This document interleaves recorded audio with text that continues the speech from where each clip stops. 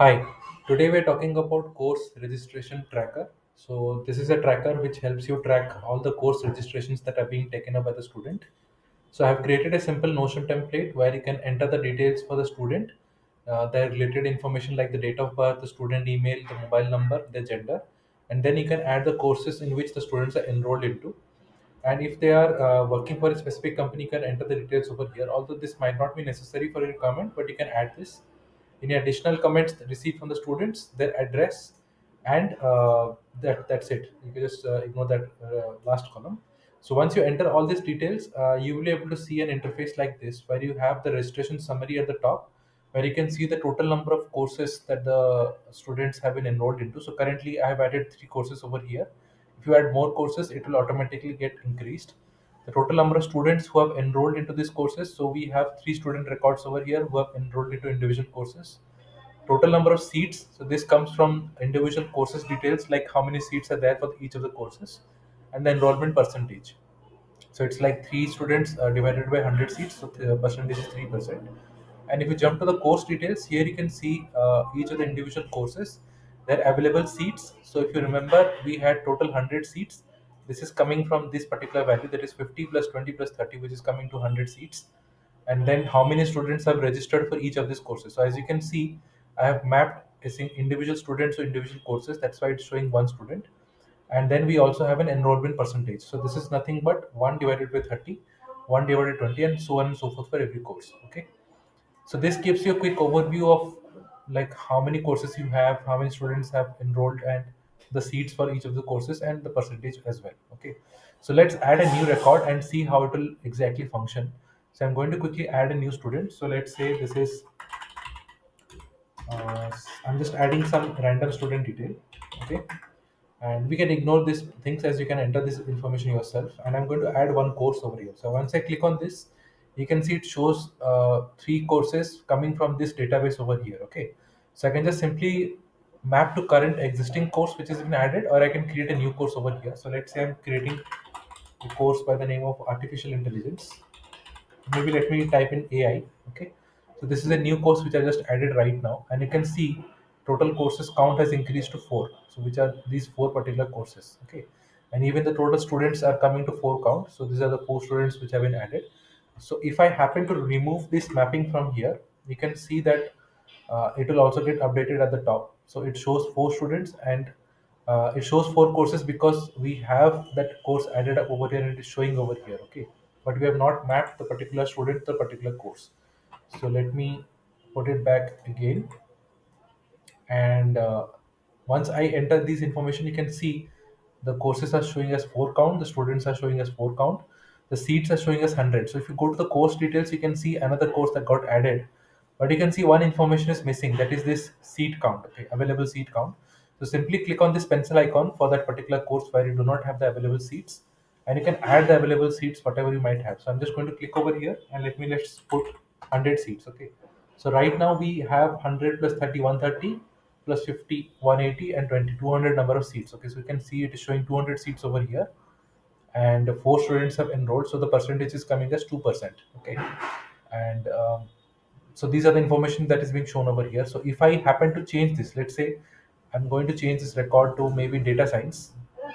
So once I change the record, you will be able to see that now data science has got two students registered, and AI doesn't have any student registered under its name. Okay.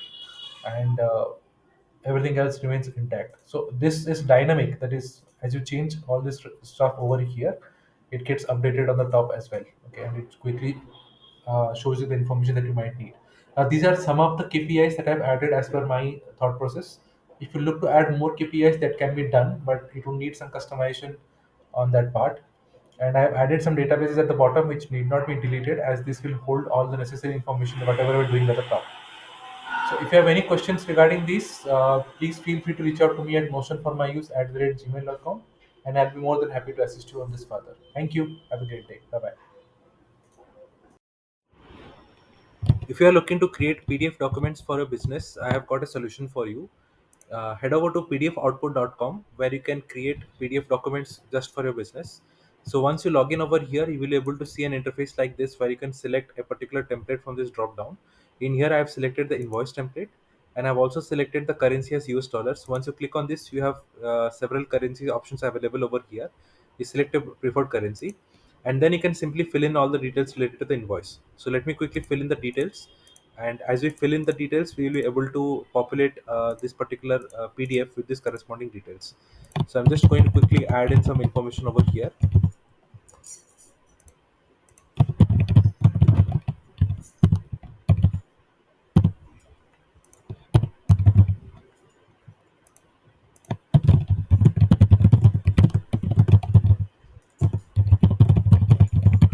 So as you can see, I have filled in some details over here in this invoice, and we're going to get the PDF out of this.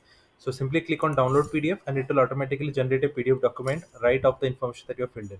So let me quickly open up the PDF document, and you can see that we have this invoice quickly ready from the details that we had filled in over here. You can even change your currency from here. As you change the currency, the invoice will get populated with a different currency of your choice, and simply click on download PDF again to download the PDF of this preferred currency.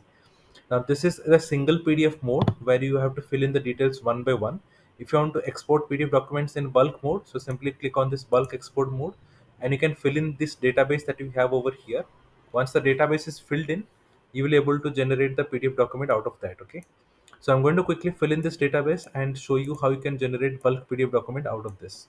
And meanwhile, I'm going to pause this recording so that once I fill in, I'm going to resume and show you how you can generate bulk PDF documents.